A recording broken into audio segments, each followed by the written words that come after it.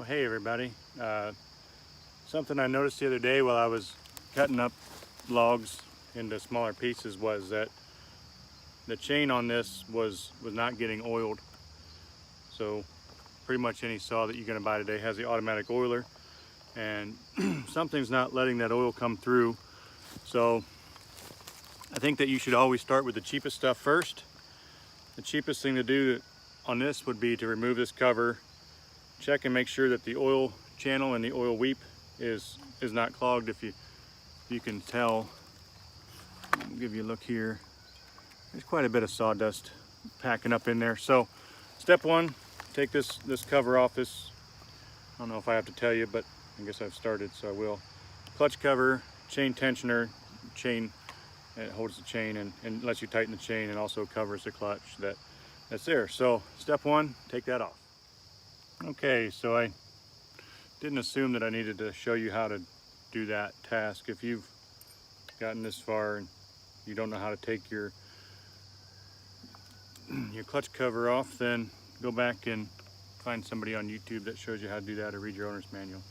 What I wanted to point out just on inspection, what I saw, this is actually the oil channel. So the oil comes from the reservoir, and if you look here, you'll see that there's some gummed up debris, some debris.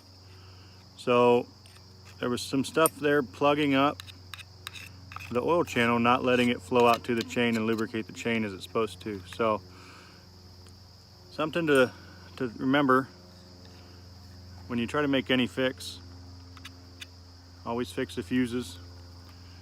Make sure you have gas before you think your motor won't start.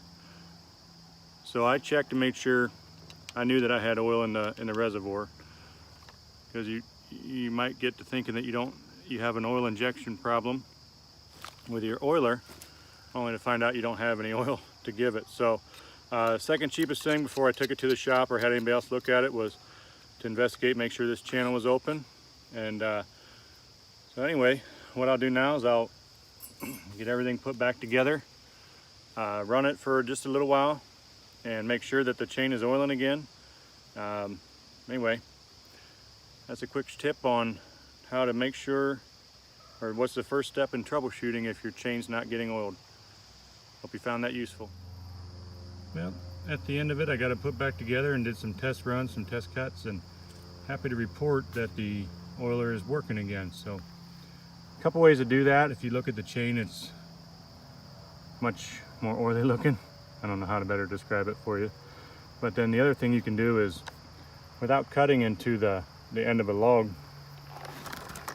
take your chainsaw without cutting into it and put it on high idle and point it at the end of this log.